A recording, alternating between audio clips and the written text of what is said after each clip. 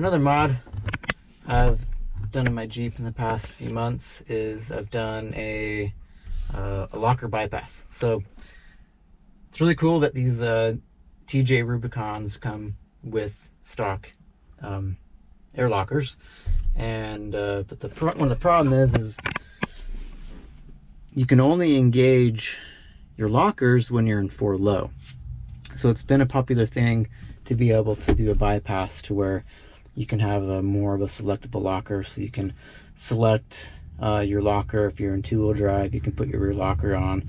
If you're in 4 high, you can put your lockers on, just, you know, whatever you want to do. So what I've done is I've done a bypass so I can select, you know, which locker I want to use. And with the TJs, you can only have your front locker engaged with the stock switch if the rear is engaged. So you have to do like a double click for it to lock in. And some situations you want to have your front locker in and not your rear.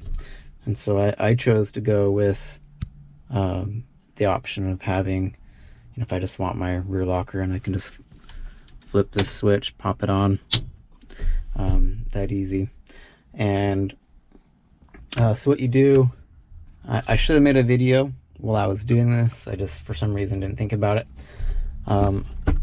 It's pretty easy to pop this cover off. My only issue is I have this roll bar, and so the roll bar makes it a pain in the butt to get this vent out. So there's this vent back here, and you kind of have to pull the whole thing out, and then there's a couple screws, and so I can't really get it out unless I remove this bar here, and it's just kind of a pain in the butt for me. So I'll just kind of show you.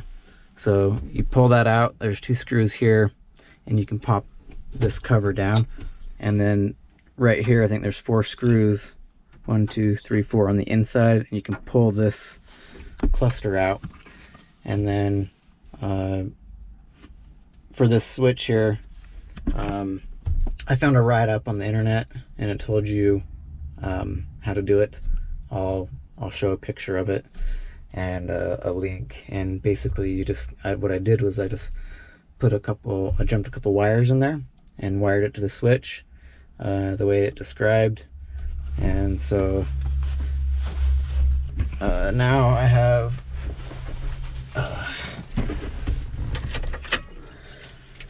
the ability to check-in app. Don't need it. Oh, turn that down. So I'll turn my locker on. You can hear I can hear it engaging.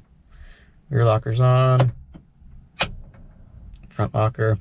Actually, I was working on it one day, and on the front end, and I pulled the wire out of the sensor that senses whether or not it's in 4-wheel drive or if the locker's in, and I just haven't fixed it yet.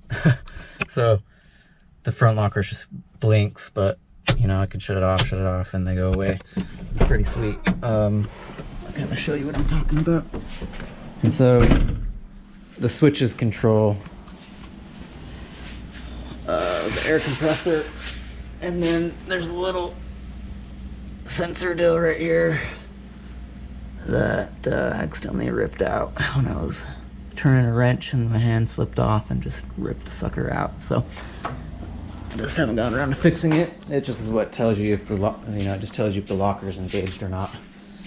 And so right now it's sensing that it's on, but it can't tell inside if it's on or off, but I can definitely tell when driving the thing. So yeah, that's, you know, I really enjoy having it. You know, I've taken it out several times wheeling, and they work awesome.